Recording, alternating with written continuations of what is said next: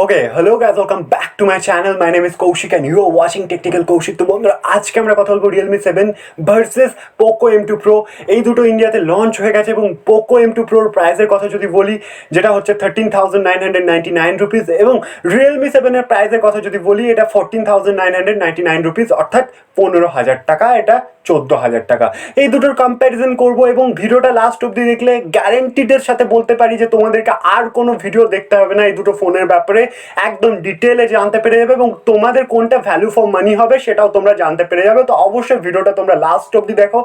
তোমাদের specification wise আমি একটা কম্প্যারিজন অবশ্যই এই ভিডিওর মাধ্যমে করে দেবো এবং তোমাদেরকে লাস্টলি বলেও দেবো যে কোনটা তোমরা তোমাদের নিড অনুসারে নিতে পারো। তো চলো দেরি না করে ভিডিওটা এখনই স্টার্ট করা যাক। প্রথমে আমরা ডিজাইনের ব্যাপারে কথা বলবো, কারণ একটা ফোন নিতে গেলে প্রথমে আমরা ডিজাইন নোটিস করি, তাই তো।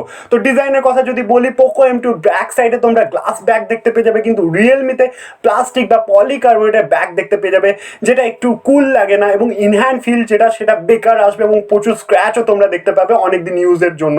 তো এখানে অবশ্যই পোকো M2 Pro গ্লাস ব্যাকের জন্য উইনার আসে। এরপর যদি ডিসপ্লের কথা বলি তাহলে দুটোরই ডিসপ্লে প্রায় সেম 6.5 ইঞ্চিসের আইপিএস ডিসপ্লে দেখতে পাবে দুটোরই ফুল এইচডি প্লাস ভিউ দেখতে পাবে। কিন্তু রিয়েলমি 7 একটা এক্সট্রা জিনিস আছে, সেটা হচ্ছে আইপিএস ডিসপ্লে 90 হার্টের রিফ্রেশ রেট আছে, যেখানে পোকো M2 Pro এর কথা যদি বলি তাহলে এখানে আইপিএস ডিসপ্লে 60 হার্টের নর্মাল রিফ্রেশ রেট আছে। তাহলে 90 হার্টের রিফ্রেশ রেট অবশ্যই বেশি স্মুথ হয়, বেশি ভালো এক্সপিরিয়েন্স দেয় এবং ভালো কালার কন্ট্রাস্ট মেনটেন করে। যখন তোমরা ভিডিও দেখবে বা ছবি তুলবে তখন অবশ্যই ভালো ভিউইং অ্যাঙ্গেল পাবে বা ভিউইং পয়েন্ট কিন্তু তোমরা পেয়ে যাবে 90 হার্টের রিফ্রেশ রেটের সাথে এবং ভালো ডিসপ্লে হবে অবশ্যই রিয়েলমি 7 এর ডিসপ্লেটা, যেহেতু এখানে 90 হার্টের রিফ্রেশ রেট আছে। তো এরপর যদি আমরা পারফরমেন্স বা এসওসির কথা বলি তাহলে পোকো M2 Proতে আমরা কোয়ালকম স্ন্যাপড্রাগনের 720G চিপসেটটা দেখতে পেয়ে যাবো, যেখানে রিয়েলমি 7 আমরা নতুন এসওসি দেখতে পাবো মিডিয়াটেকের হিলিও G95। এবার দুটো পারফরমেন্সের কথা যদি বলি, পোকো M2 Proতে স্ন্যাপড্রাগনের 720 এটা খুব স্টেবল এবং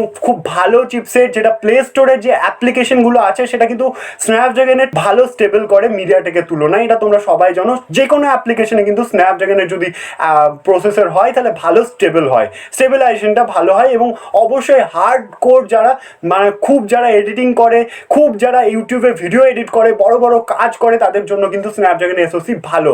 এবার যদি মিডিয়াটেকের হিলিও G95 এর পারফরমেন্সের কথা বলি তাহলে যেটা মিডিয়াটেকের হিলিও G90T চিপসেটটা যেটা তোমরা দেখতে পাবে, তার থেকে হিলিও G95 এ একটু বেটার পারফরমেন্স তোমরা পাবে এবং অবশ্যই ভালো গেমস তোমরা এটাতেও খেলতে পারবে, ওটাতেও খেলতে পারবে, ভালো পারফরমেন্স এটাতেও পাবে ওটাতেও পাবে। বাট স্টেবল যদি কথা বলি, স্টেবিলাইজেশনের যদি কথা বলি তাহলে সেটা কিন্তু স্ন্যাপড্রাগনের 720তে বেশি দেখতে পাই। তো আমি এখানে স্ন্যাপড্রাগনের 720 চুজ করবো, অর্থাৎ পোকো M2 Proকে আমি চুজ করে নেবো। তো এবার যদি দুটো ক্যামেরা সেটআপের কথা বলি, পোকো M2 Pro এবং রিয়েলমি 7 তো রিয়েলমি 7 সেখানে তোমরা 64 মেগাপিক্সেলের কোয়াড ক্যামেরা সেটআপ দেখতে পেয়ে যাবে এবং পোকো M2 Proতে 48 মেগাপিক্সেলের কোয়াড ক্যামেরা। তো অবশ্যই রিয়েলমি 7 কিন্তু শুধু 64 মানে নাম্বারে বেশি নেই, সনির সেন্সর এখানে আছে, যেটাতে আমরা পোকো M2 Proতে কিন্তু সনির সেন্সর দেখতে পাই না। তাহলে ক্যামেরার যদি কথা বলি, ক্যামেরা কোয়ালিটিতে অবশ্যই রিয়েলমি 7 উইনার আসবে, এখানে কোনো ডাউট নেই। আনডাউটেডলি রিয়েলমি 7 এর ক্যামেরা কিন্তু অনেক ভালো পোকো M2 Proর তুলনায় এবং অনেকটা ডিফারেন্স দেখতে পেয়ে যাবে তোমরা রিয়ার ক্যামেরাতে। তো এই রিয়ার ক্যামেরায় চোখ বন্ধ করে আমি বলতে পারি রিয়েলমি 7 উইনার। তো এরপর যদি আমরা সেলফি ক্যামেরার কথা বলি তাহলে দুটোরই কিন্তু আমরা ফ্রন্টের 32 মেগাপিক্সেলের সেলফি ক্যামেরা দেখতে পেয়ে যাই। তো সেলফি ক্যামেরা নিয়ে বিশেষ কিছু বলার নেই, দুটোই ভালো। তো এরপর যদি আমরা চার্জার এবং ব্যাটারি কম্পার্টমেন্টের ব্যাপারে কথা বলি, পোকো M2 Proতে আমরা দেখতে পেয়ে যাই 4000 প্লাস এমএইচ এর ব্যাটারি, 33 ওয়াটের ফাস্ট চার্জার এবং রিয়েলমি 7 আমরা দেখতে পেয়ে যাই 5000 mAh এর ব্যাটারি এবং 30 ওয়াটের ডার্ক চার্জার। এবার যদি চার্জিং স্পিডের কথা বলি তাহলে অবশ্যই এখানে চার্জিং স্পিডের ডার্ক চার্জার অনেক অনেক অনেক ফাস্ট, পোকোর যে চার্জারটা আছে তার থেকে অনেক বেশি ফাস্ট হবে।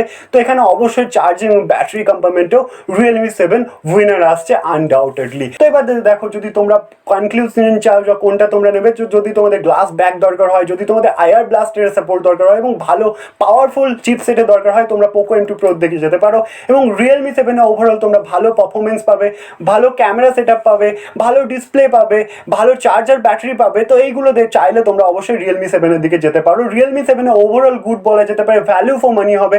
অবশ্যই 15,000 টাকা 1,000 টাকা বেশি যদি তোমাদের কাছে থাকে তাহলে তোমরা রিয়েলমি 7 ইনভেস্ট করতে পারো, ওটা কিন্তু বেকার যাবে না। রিয়েলমি 7 পোকো M2 Pro থেকে ভালো। আমি যদি হতাম পার্সোনালি আমি 1,000 টাকা বেশি দিয়ে রিয়েলমি 7 চুজ করতাম এবং রিয়েলমি 7 সত্যি ভালো কাজ করেছে এবারে রিয়েলমির নাম্বার সিরিজে। তো এটাই ছিল পুরো ভিডিও যেটা তোমাদেরকে আমি কম্বাইন করে বললাম। আশা করি ভিডিওটা তোমাদের ভালো লেগেছে। ভিডিওটা ভালো লাগলে ভিডিওটাই লাইক না করে অবশ্যই যাবে না, কি করছো ইয়ার, লাইকটা করে দাও আর চ্যানেলে সাবস্ক্রাইব করে দিও। নিচে কমেন্ট বক্সে তোমাদের মতামত আমাকে লিখে জানাতে পারো।